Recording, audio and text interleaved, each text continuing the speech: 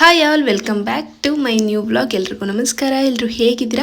ನೀವೆಲ್ಲರೂ ಕೂಡ ಚೆನ್ನಾಗಿದ್ದೀರಾ ಅಂತ ಭಾವಿಸ್ತೀನಿ. ಇವತ್ತಿನ ಒಂದು ವಿಡಿಯೋದಲ್ಲಿ ನಾನು ಜಜ್ ಮೂಲಂಗಿ ಸಾರು ಯಾವ ರೀತಿ ಮಾಡೋದು ಅಂತ ಹೇಳಿ ಒಂದು ರೆಸಿಪಿನ ತೋರಿಸ್ತಾ ಇದ್ದೀನಿ. ಇಲ್ಲಿ ಮೊದಲಿಗೆ ಒಂದು ಸ್ವಲ್ಪ ಎಣ್ಣೆನ ಹಾಕ್ಕೊಂಡು ಒಂದು 2 ಸ್ಪೂನ್ ಆಗೋಷ್ಟು ಕೊತ್ತಂಬರಿ, 1 ಸ್ಪೂನ್ ಆಗೋಷ್ಟು ಜೀರಿಗೆ, ಹಾಗೆ ಒಂದು 3 ಎಸಳಷ್ಟು ಬೆಳ್ಳುಳ್ಳಿನ ಹಾಕ್ಕೊಂಡಿದ್ದೀನಿ. ಅಂದರೆ ಬೆಳ್ಳುಳ್ಳಿ ಒಂದು ಸ್ವಲ್ಪ ದೊಡ್ಡದಿತ್ತು, ಹಾಗಾಗಿ 3 ಎಸಳನ್ನ ಹಾಕ್ಕೊಂಡಿದ್ದೀನಿ. ಚಿಕ್ಕದಾಗಿದ್ದರೆ ಒಂದು 4ರಿಂದ 5 ಹಾಕ್ಕೊಳ್ಳಿ.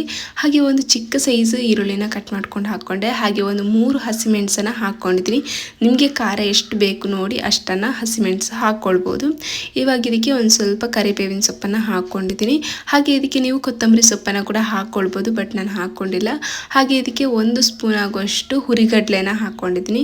ಅದನ್ನು ಅಷ್ಟೇ ಒಂದು ಸ್ವಲ್ಪ ಚೆನ್ನಾಗಿ ಫ್ರೈ ಮಾಡಿಕೊಂಡು ಇದಕ್ಕೆ ಒಂದು ಸ್ವಲ್ಪ ತೆಂಗಿನಕಾಯಿ ತುರಿನ ಹಾಕ್ಕೊಂಡು ಒಂದು ಸ್ವಲ್ಪ ಫ್ರೈ ಮಾಡಿಕೊಂಡು ಒಂದು ಸ್ವಲ್ಪ ಕೂಲ್ ಆದಮೇಲೆ ರುಬ್ಕೊಂಡ್ರೆ ಆಯಿತು. ಹಾಗೆ ಇದಕ್ಕೆ ಒಂದು ಅರ್ಧ ಲಿಂಬೆ ಗಾತ್ರದಷ್ಟು ಹುಣಸೆ ಹುಳಿ ಕೂಡ ಹಾಕ್ಕೊಳ್ತೀನಿ. ಇಲ್ಲಿ ನೋಡ್ತಿದ್ರಲ್ವ, ಕಂಪ್ಲೀಟಾಗಿ ಕೂಲ್ ಆಗಿದೆ. ಇವಾಗ ಒಂದು ಮಿಕ್ಸರ್ ಜಾರ್ಗೆ ಹಾಕ್ಕೊಂಡು ಒಂದು ಸ್ವಲ್ಪ ನೀರು ಹಾಕ್ಕೊಂಡು ರುಬ್ಕೊಳ್ತೀನಿ. ಇನ್ನು ಇನ್ನೊಂದು ಪಾತ್ರೆಯಲ್ಲಿ ಸ್ವಲ್ಪ ಎಣ್ಣೆನ ಹಾಕ್ಕೊಂಡು ಸಾಸಿವೆ ಹಾಗೆ ಒಂದು ಸ್ವಲ್ಪ ಮೆಂತ್ಯನ ಹಾಕ್ಕೊಂಡಿದ್ದೀನಿ. ಹಾಗೆ ಒಂದು 4 ಎಸಳಷ್ಟು ಬೆಳ್ಳುಳ್ಳಿನ ಜಜ್ಜಿ ಹಾಕ್ಕೊಂಡಿದ್ದೀನಿ. ಹಾಗೆ ಇದಕ್ಕೆ ಒಂದು ಸ್ವಲ್ಪ ಕರಿಬೇವಿನ ಸೊಪ್ಪು, ಹಾಗೆ ಇಲ್ಲಿ ಒಗ್ಗರಣೆ ಘಮ ಬರೋವರೆಗೂ ಚೆನ್ನಾಗಿ ಬಿಸಿ ಮಾಡಿಕೊಂಡು ನಂತರ ಇದಕ್ಕೆ ಜಜ್ಕೊಂಡಿರುವಂತಹ ಮೂಲಂಗಿನ ಹಾಕ್ಕೊಂಡು ಅದನ್ನು ಸ್ವಲ್ಪ ಚೆನ್ನಾಗಿ ಮಿಕ್ಸ್ ಮಾಡ್ಕೋಬೇಕು. ಇಲ್ಲಿ ನೋಡ್ತಿದ್ರಲ್ಲ, ಒಂದು ಸ್ವಲ್ಪ ಚಿಕ್ಕದಾಗಿ ಕಟ್ ಮಾಡಿಕೊಂಡು ಅದನ್ನು ಒಂದು ಕುಟಾಣಿನಲ್ಲಿ ಒಂದು ಸ್ವಲ್ಪ ಜಜ್ಕೊಂಡಿದ್ದೀನಿ. ಹಾಗೆ ಈ ಥರ ಜಜ್ಜಿ ಮಾಡುವಂಥ ಮೂಲಂಗಿಗೆ ಜಜ್ ಮೂಲಂಗಿ ಸಾರು ಅಂತಲೇ ಹೇಳೋದು, ಆಯಿತಾ. ಸೊ ಹಾಗಾಗಿ ಇವಾಗ ಜಜ್ಕೊಂಡಿರುವಂತಹ ಮೂಲಂಗಿನ ಹಾಕ್ಕೊಂಡು ಈ ಒಗ್ಗರಣೆಯಲ್ಲಿ ಚೆನ್ನಾಗಿ ಮಿಕ್ಸ್ ಮಾಡಿಕೊಂಡು ಇದಕ್ಕೆ ಒಂದು ಸ್ವಲ್ಪ ನೀರನ್ನು ಸೇರಿಸ್ಕೊಂಡು ಬೇಯಿಸ್ಕೋಬೇಕು.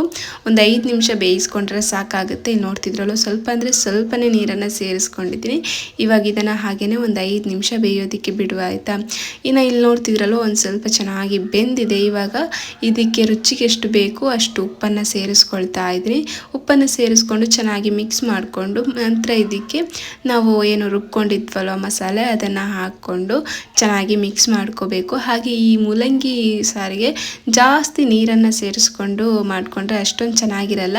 ಗಟ್ಟಿಯಾಗಿ ಮಾಡಿಕೊಂಡ್ರೆ ತುಂಬಾ ರುಚಿಯಾಗಿ ಬರುತ್ತೆ. ಯಾರಾದರೂ ಮೂಲಂಗಿ ಇಷ್ಟ ಇಲ್ಲ ಅಂತ ಹೇಳಿದ್ರೆ ಈ ಥರ ಒಂದು ಸಲ ಮಾಡಿಕೊಡಿ, ತುಂಬಾ ಇಷ್ಟಪಡ್ತಾರೆ, ಆಯಿತಾ.